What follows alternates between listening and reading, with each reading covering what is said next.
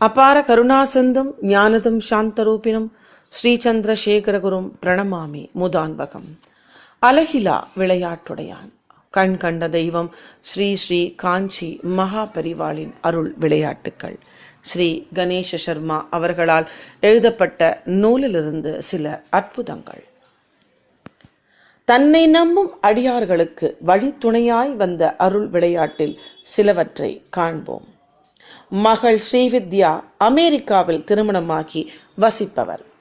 ஒரு முறை மகளை பார்க்க காயத்ரி தனியாக அமெரிக்கா பயணமாக முடிவாகியது. இவர்கள் மந்திரோபதேசம் பெற்றுக்கொண்ட குருநாதரிடம் சென்று வணங்கி நல்லபடியாக வெளிநாடு சென்று திரும்ப ஆசி வேண்டினர்.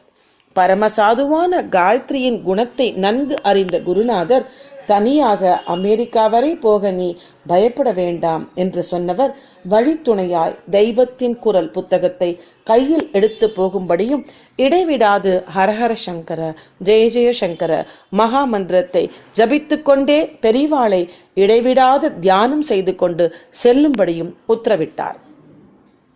பயண டிக்கெட் வாங்கும் அலுவலகத்திற்கு காயத்ரியும் அவர் கணவரும் சென்றபொழுது காயத்ரி பயணம் செய்ய இருந்த அதே நாள் அதே விமானத்தில் அதே இடத்திற்கு கணவன் மனைவி மகள் என்றிருக்கும் ஒரு சிறிய குடும்பமும் உடன் பயணிக்க இருப்பதை பார்த்து ஸ்ரீதர் அந்த தம்பதிகளிடம் சென்று தனது மனைவிக்கு முன் அனுபவம் இல்லாததால் அவரை சற்று கவனித்து கொள்ளும்படியும் சென்னையிலிருந்து லாஸ் ஏஞ்சல்ஸ் சர்வதேச விமான நிலையம் சென்றவுடன் கஸ்டம்ஸ் கிளியரன்ஸ் முடிந்து சாமான்களுடன் உள்நாட்டு விமான நிலையத்திற்கு தனது மனைவியை அழைத்துச் செல்லும்படியும் கூறினார்.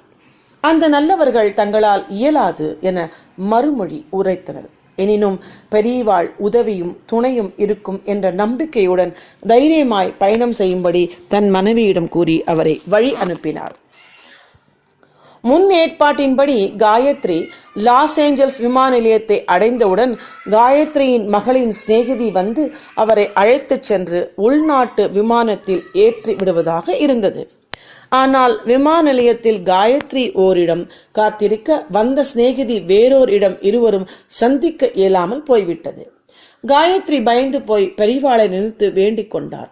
எதிர்பாராத விதமாக ஒரு அன்பர் காயத்ரியை தேடி வந்து உங்களுக்கு எங்கு போக வேண்டும் என்று விசாரித்து காயத்ரியின் உடைமைகளை கிளியர் செய்து வாங்கி உள்நாட்டு விமானத்திற்கு அனுப்பிவிட்டு அவரை அழைத்து கொண்டு புறப்பட தயாராய் இருந்த விமானத்தில் ஏறுவதற்காக காத்திருந்தவர்களுடன் சேர்ந்துவிட்டு தன் பணி முடிந்தவராய் அகன்றார்.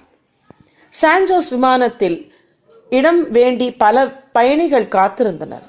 அதில் ஒருவராய் காயத்ரியும் நிற்க, அருகில் வந்த அதிகாரி ஒரே ஒரு இடம் மட்டும் விமானத்தில் இருப்பதால் காயத்ரியை மட்டும் ஏறிக்கொள்ள சொன்னார்.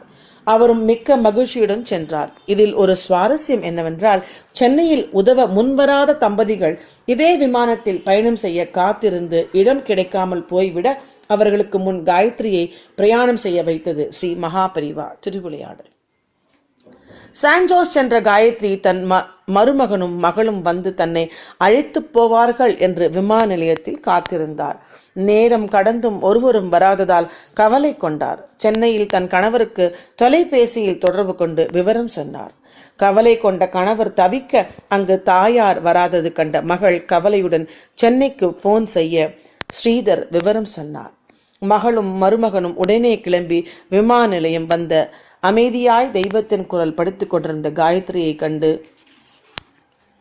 இல்லம் அழைத்து சென்றனர். இப்படி இக்கட்டான சமயத்தில் கூட மனம் தளராத நிலை பிரம்மஞானியான பெரிவா பக்தர்களால் மட்டுமே சாத்தியமாகும். ஸ்ரீதர் ஒரு தடவை தன் நண்பருடன் தாம்பரத்தில் இருந்து திருவாரூர் செல்ல ரயிலில் டிக்கெட் ரிசர்வ் செய்து அது வெயிட்டிங் லிஸ்டில் இருந்தது. நண்பர் PNR நம்பரை தெரிந்த ரயில்வே அதிகாரியிடம் கொடுத்து கன்ஃபர்மேஷனுக்கு சிபாரிசு செய்யலாம் என கூறினார். அதை மறுத்த ஸ்ரீதர், கவலை வேண்டாம், நமக்கு சிபாரிசு செய்ய பெரியவா இருப்பார் என நம்பிக்கையுடன் சொன்னார். பிரயாணத்திற்கு முன்னர் வெயிட்டிங் லிஸ்டில் இருந்து RACக்கு இவர்கள் பெயர் வந்தது. அதனால் இருவரும் உட்கார்ந்து கொள்ள இடம் கிடைத்தது.